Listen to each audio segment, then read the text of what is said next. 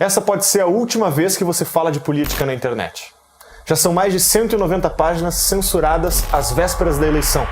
Talvez a eleição mais importante da nossa história. E quando é o poder que está em jogo, o custo pode ser a sua liberdade. A quem interessa que o brasileiro tenha a memória curta?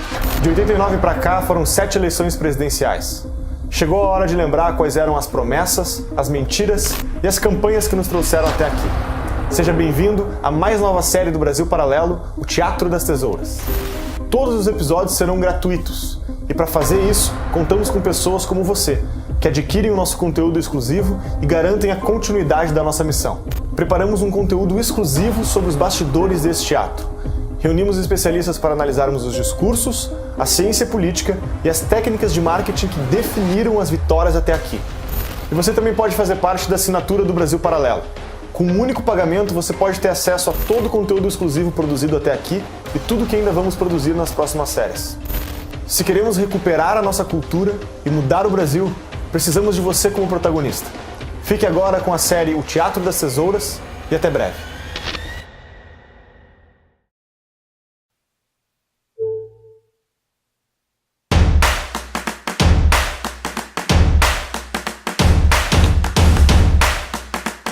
There's a rock lion in Brazil.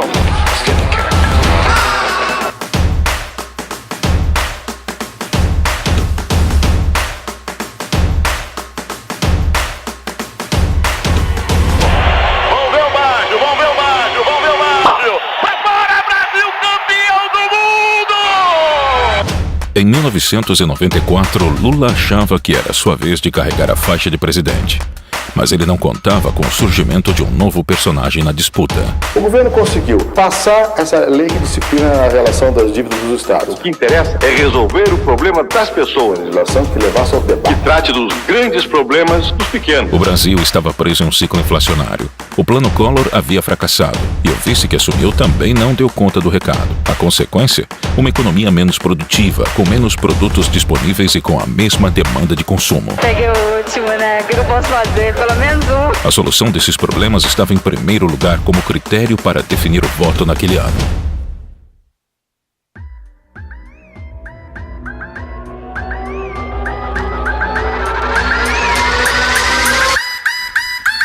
Prometo manter, defender e cumprir a Constituição. Promover o bem geral. E sustentar a integridade e a independência do Brasil.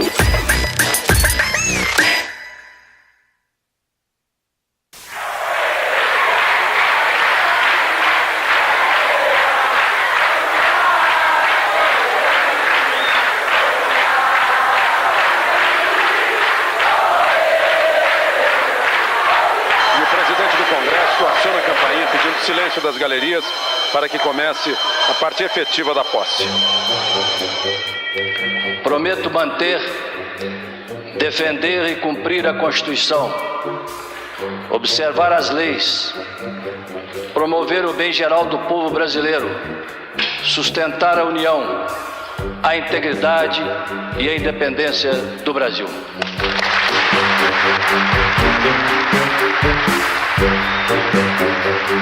Depois da renúncia de Collor em 92, Itamar Franco assumiu a presidência.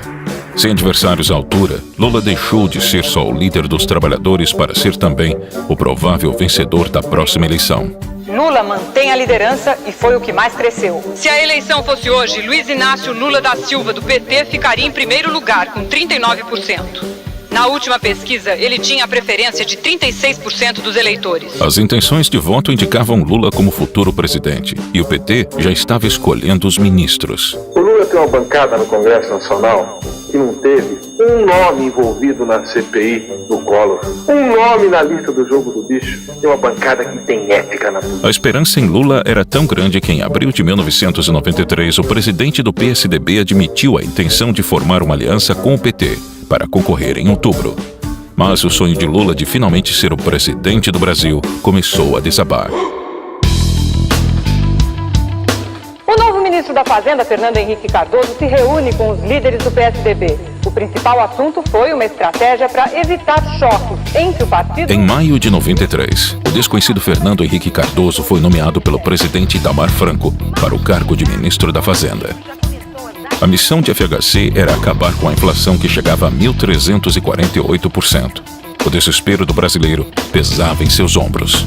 Quem tiver realmente amor à melhoria de condição de vida do povo tem que ter um olho muito pregado na inflação. A pessoa que entra num lugar novo não deve começar quebrando cristais, não. Deve começar a olhar com atenção. O que estiver funcionando bem não há por que mexer. O que estiver funcionando mal, se troca. Depois toda a plateia aplaudiu de pé o novo ministro da Fazenda. Em agosto de 93, Fernando Henrique juntou uma equipe de economistas para montar o Plano Real. Em 1994, o projeto foi anunciado. Nós estamos desenhando um programa econômico de estabilização para um país de alta inflação, com crescimento econômico e uma sociedade aberta e democrática que nós queremos mantê-la assim. Depois de décadas de inflação, o Plano Real tirou o Brasil da queda livre. Foi eficaz, estabilizou a economia e aumentou o poder de compra da população. Primeiro vem o ajuste fiscal, um corte de 22 bilhões de dólares no orçamento, ou 5 trilhões e meio de cruzeiros reais. Ainda assim, é preciso mais dinheiro para equilibrar as contas. A ideia, então, é aumentar todos os impostos em 5%. Haverá um sacrifício, indiscutivelmente. De todos. De todos. Quando toda a economia estiver atrelada ao novo índice, chegará a hora de mudar de moeda. Esse pão com manteiga, que custa 600 cruzeiros reais, passaria a custar 26 centavos de reais. No dia 1º de julho de 94, o real começou a circular. Na estreia oficial do real, não houve atropelos. O movimento foi tranquilo nos bancos e caixas eletrônicos de todo o país. Sarney, Collor e Itamar já haviam cortado zeros, congelado os preços e renomeado a moeda. Mas nada tinha funcionado. O real nascido hoje é a 9ª moeda brasileira em meio século. A diferença do plano de FHC era sua gradatividade. Não foi lançado do dia para a noite como o plano de Collor. A grande diferença deste plano é que ele não teve um dia D. Nada entrou em vigor hoje, por decreto, automaticamente. E a grande sacada do ministro era que os resultados se consolidariam durante o período eleitoral. Pois é, lançado o real, o governo vai usar a chamada âncora cambial para segurar a inflação nos primeiros 3 meses. Assim, R$1 ficaria valendo $1 nesse período. Então, vamos contar. Congelamento cambial seguraria a inflação perto de zero, pelo menos em julho, agosto e setembro. E dia 3 de outubro é dia de eleição. Uma curiosa coincidência, né?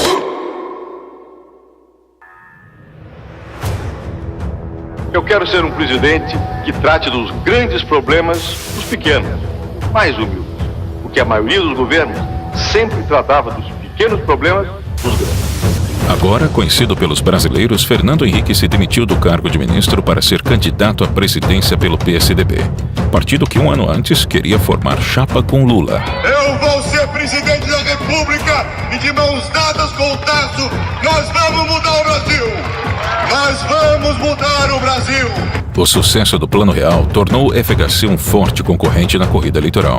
Agora, Lula tinha um adversário e o Plano Real era a pauta dessa briga. Imediato, é preciso ver no longo prazo se a economia brasileira resiste. Esse plano foi feito com cuidado, com muita objeção do PT, do PDT que atrapalharam, mas nós fomos fazendo. A continuidade da medida que acabou com a inflação dependia da vitória de FHC nas urnas. O PT, liderado por Lula, era uma ameaça ao plano. E esse Plano Real não se sustenta depois da campanha, porque o pessoal que está junto com o Fernando Henrique Cardoso não quer estabilidade nesse país, até porque foram eles que criaram todos os planos e foram eles que derrotaram todos os planos. A disputa ia começar.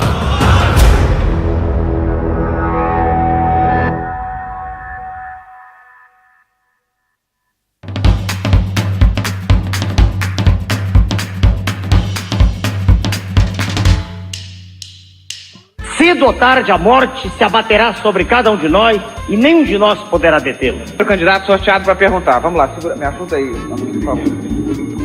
Se é fundamental para dirigir... Ok, tá feita. Eu percebo que o nível de escolaridade do senhor é mínimo.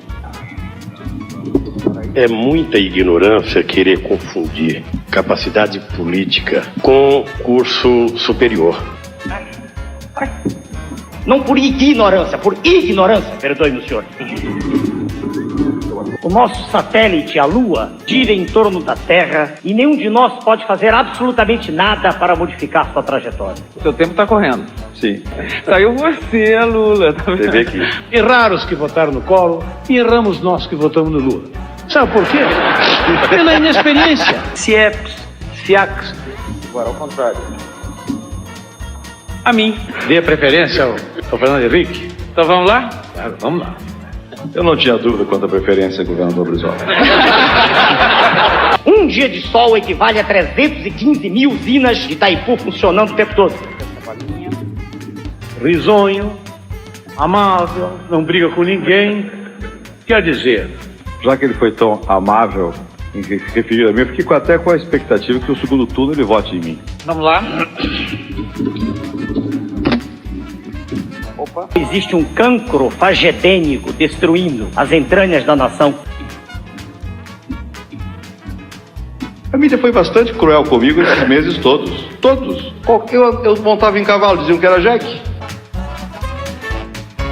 Eu acho que é bom mesmo agora a gente dormir. Vamos lá. Em abril, Lula tinha cerca de 40% das intenções de votos, percentual que faria o petista vencedor da eleição em outubro. Em maio, o FHC formou alianças com PFL e PTB. Em junho, Bisol, vice de Lula, foi denunciado por corrupção em parceria com a então desconhecida Odebrecht. Aloysio Mercadante, um dos fundadores do partido, foi nomeado e salvou a candidatura de Lula. Em julho, Lula ainda era o líder nas pesquisas, mas sua vantagem não era mais a mesma. Queda de 5 pontos percentuais na diferença entre o candidato do PT, Luiz Inácio Lula da Silva, e Fernando Henrique Cardoso, do PSDB. Em agosto, o Plano Real dava resultado. O poder aquisitivo da população, que por anos foi destruído, finalmente aumentou. O jogo virou. Os preços não sobem mais com aquela velocidade de um Brasil de inflação de 40%. FHC passou a liderar as pesquisas com 45% das intenções de voto. Lula diminuiu para 23%. A minha candidatura lidera as pesquisas em todas as regiões do país. Era hora da crise no PSDB. O petista Chico Vigilante denunciou o candidato a vice de FHC, Guilherme Palmeira, por receber propina da empreiteira sérvia. Marco Maciel, senador pelo PFL, foi nomeado no lugar de Palmeira e o escândalo não abalou a FHC. Com ampla vantagem nas pesquisas e a vitória de FHC quase certa, a última esperança de Lula surgiu em setembro. A saída do ministro Rubens Recupero surpreende o país. Fernando Henrique Cardoso fez questão de desvincular as declarações do ex-ministro Recupero com a candidatura dele. Na conversa, Recupero, um dos articuladores do Plano Real, disse que o plano foi usado como propaganda para beneficiar a candidatura de Fernando Henrique. Não tem nada a ver, isso é questão de governo. Ele não está em campanha comigo. A conversa foi captada por antenas parabólicas e amplamente divulgada pela mídia. E foi assim que uma pessoa em Brasília flagrou as declarações do ministro e gravou tudo. E o Brasil conheceu os bastidores do Recupero. Eu não tenho escrúpulos, é isso mesmo. O que é bom a gente fatura, o que é bom. Porque o que o ministro acaba de fazer é brincar com o sentimento de uma nação. É a candidatura oficial. Meus adversários querem derrubar a minha candidatura de qualquer jeito. 2 dias depois, Recupero renunciou ao cargo. Quem o substituiu foi Ciro Gomes, na época afiliado ao PSDB. A equipe está feliz com a designação do Ciro e o Brasil também. Para desespero do PT, mais uma vez a popularidade de FHC não sofreu abalos após a crise. O golpe final contra Lula aconteceu ainda em setembro. O Plano Real, criado por FHC, diminuiu a inflação para 1,95%. A inflação desse mês não vai passar de 2%. Eu desafio quem desminta isso. Quanto mais o Plano Real dava certo, mais FHC era desejado na presidência.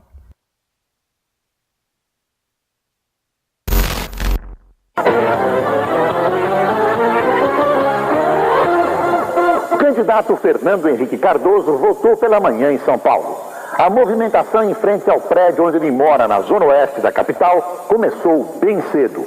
Eu não sei quem vai ganhar a eleição, certamente depende do que vamos ver. Dentro de 2 dias nós teremos uma certeza disso. Eu não quero avançar o sinal, mas eu acho que ganhe quem ganhar, nós temos um Brasil mais confiante em si. Às 11 da manhã aumentou o burburinho aqui em frente a um colégio da Zona Sul de São Paulo. O candidato Fernando Henrique estava a caminho para votar. Como todos os eleitores, preencheu as cédulas uma de cada vez. Embananou com a mesa de votação, o candidato erra a urna. E quase teve um voto revelado por uma câmera indiscreta. Lula votou em São Bernardo do Campo, confiante de que vai para o segundo turno. 9 da manhã, começava o dia de Luiz Inácio Lula da Silva. E esse café seria o café da manhã de um derrotado? Sim, mostravam todas as pesquisas. Não, rebatia de pronto a militância petista. Lula foi votar, furou a fila e votou. E ficou emocionado. Depois desse gesto, Lula mudou, ficou mais confiante e prometeu. A eleição teria um segundo turno. Quando a gente vê esse mundaréu de gente na rua, quando a gente vê essa garra na rua, a gente tem certeza que vai ganhar essas eleições. No dia 4 de outubro de 1994, as urnas terminaram de ser apuradas e confirmaram o que todos já esperavam. FHC derrotou Lula no primeiro turno com 54% dos votos, contra os 27% do candidato do PT. Da galera. Defender e cumprir a Constituição. Observar as leis. Promover o bem geral do povo brasileiro. Sustentar a união, a integridade e a independência do Brasil.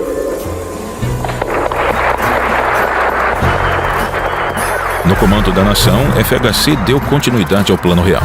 Ele submeteu para aprovação do Congresso a desregulamentação de mercados, reforma administrativa e previdenciária, a privatização de estatais, da Telebrás e a da Vale do Rio Doce e a flexibilização das regras de contratação de trabalhadores.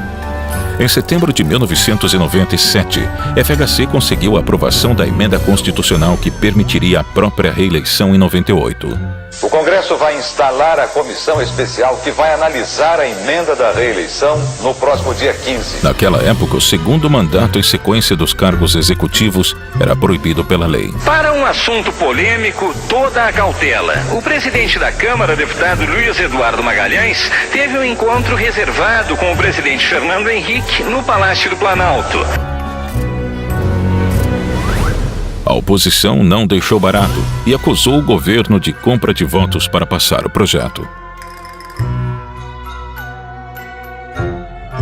A eleição de 1994 foi uma batalha entre um comunista e um social-democrata.